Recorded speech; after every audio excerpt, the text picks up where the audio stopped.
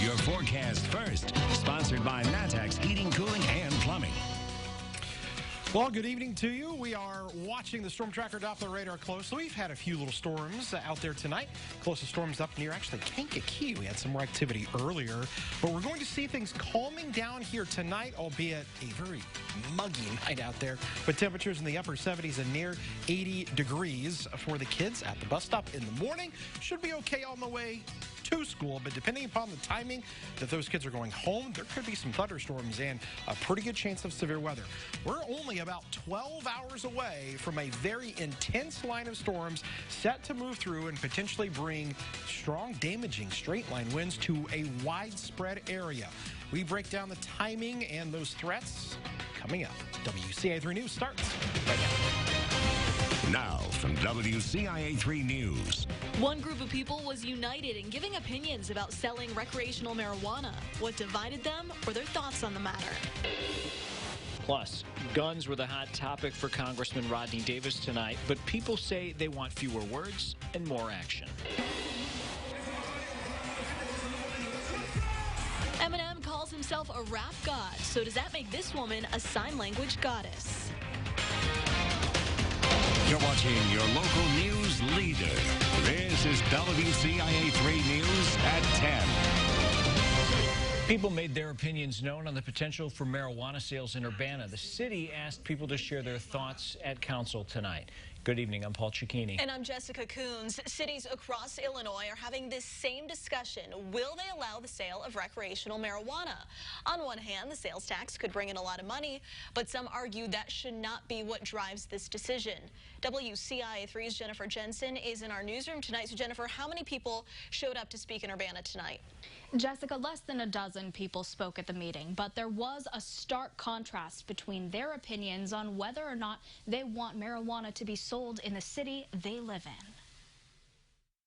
Come January 1st, adult use of recreational marijuana will be legal in Illinois. The law allows cities to regulate the sale and location of dispensaries. Urbana put the topic up for public comment at Monday night's meeting, where several people shared their perspectives. Some were all for it. Certainly things that lead to economic development. Towns that have embraced this, I think, have done well. Megan McDonald shared how medical marijuana has helped her overcome alcohol addiction and how more dispensaries could be a benefit. I have tried antidepressants, SSRIs, yoga, seasonal affective disorder lamps, therapy dogs, you name it. Nothing has helped me, healed me, saved me the way that cannabis has. But the director of an addiction recovery center in Urbana had the opposite opinion after working with people who have struggled with drugs for years. So my prediction is that more accessibility to marijuana on our streets of Urbana from any source are going to contribute to more heroin use, more crime that's associated with drug abuse.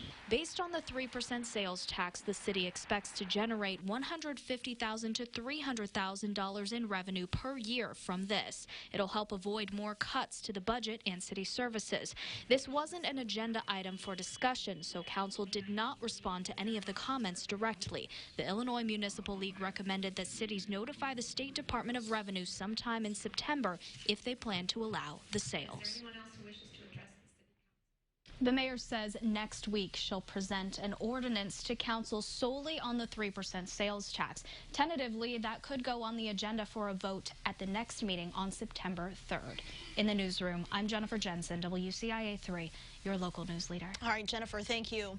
Champaign will also be considering whether or not to allow marijuana sales when it becomes illegal. City Council hasn't talked about it yet, but they tentatively plan to do a study session sometime in early October. We have an update from 6. A business owner in Fisher has been given the green light to open a laundromat with a gaming parlor inside. Tonight, the village board voted to grant a Class A liquor license to allow the sale of alcohol for on-site drinking.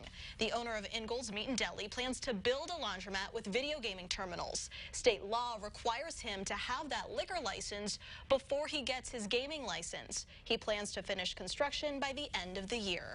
The family of Ying Zhang's created a fund to help families of international students in crisis. Zhang was kidnapped and killed in June 2017. Brent Christensen will spend life in prison for her murder. Zhang's family was 7,000 miles away when it happened. They also had to deal with language and cultural barriers. They were able to find help. The following is a statement from Zhang's father being read by Robin Kaler, the Associate Chancellor of Public Affairs at the U of I. We hope no other family ever experiences the tragedy we endured. However, we know there will be other students and families facing hardships and loss when they're far away from home. It is our hope that this fund will offer some support and help. The Zhang family already gave $30,000 to the fund. Since donations opened a little more than a week ago, almost 450 people have donated $24,000 more. A man was extradited to Springfield after he was arrested for a woman's death. Corey Cathy was found in Las Vegas last month. He's accused of shooting and killing Miranda Goddard in Grandview. His bond is set at $2 million.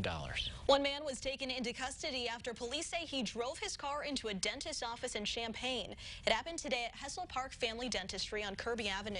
Police say the driver ran off the road and into the parking lot of a plasma center, hit a car, drove through a fence, and then into the dentist's office. They say he tried to run away, but a patient wrestled him to the ground and restrained him until police got there. I caught up behind him, kicked his feet out from underneath him, and got on top of him. He tried biting me. I had to strike him in the face a couple times to keep him from biting me. We were wrestling around on the ground for a little bit. Finally, he's like, I'm done. I'm giving up. I can't go anywhere.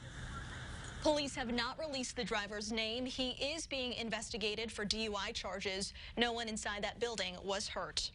A man was shot in Decatur tonight. Police say this happened around 7:45. They say the victim came into the hospital on his own. Right now, police don't know where the shooting happened. They don't have an update on how the victim is doing. Nobody has been arrested. We'll bring you updates when more information is released. Congressman Rodney Davis clashed with people in a Champaign auditorium tonight, trading barbs over recent acts of politically motivated gun violence. Yeah, the Republican says he supports red flag laws to seize weapons from people courts consider dangerous, and he defended his recent vote against universal background checks. WCIA 3's Capitol Bureau Chief Mark Maxwell was there tonight. He joins us in studio now with the story. Mark? Paul, good evening. We're going to play some of those highlights for you here in a moment, but progressive protesters wore some rather colorful costumes to highlight Congressman Davis's campaign donations from the NRA and his votes that are often in lockstep with their agenda. The congressman reminded them he was on that 2017 softball field when a deranged gunman targeted Republican lawmakers. But some in the audience made it clear they're familiar with that story. They've heard enough of it, and now they want to see action. My vote is never for sale. Not a single dollar can influence my vote. Virtually anything the NRA wants, he rubber stamps. Gun issues, mass shootings are personal to me. I'm implying he should shut up about it. An act, I think. It would have done absolutely nothing to stop these tragic shootings in Dayton and El Paso and Gilroy. Well, there are a lot of people who get guns at gun shows, and a lot of people who get them second or third hand. Did you have the audacity to say that to a survivor of El Paso or Las Vegas or anyone else? But you do here, and that's what makes political rhetoric what it is today, and it makes the environment what it is today. Do you consider white nationalists who commit mass shootings to be guilty of domestic terrorism or hate crimes? Yes. You know, I don't think President Trump is a racist. Can leading congressional members, such as yourself, do more to condemn Trump's abhorrent comments? None of us are going to stop the president from tweeting, but none of us are going to stop Bernie Sanders from tweeting out that Republican policies kill people. And that is exactly the rhetoric problem from people who are too politically intoxicated. Davis told the audience several times that many of them were politically intoxicated, and when they repeated rhetoric he didn't like, he essentially argued, if that's how you're going to talk, then don't lecture me on civility. A bit more combative audience than the crowd he had in Decatur last month, but he said he still sees value in the exchange. He intends to keep doing events just like these on college campuses. Paul? Well, I guess we'll see a lot more of him and you up ahead of the 2020 presidential election. Mark, thanks.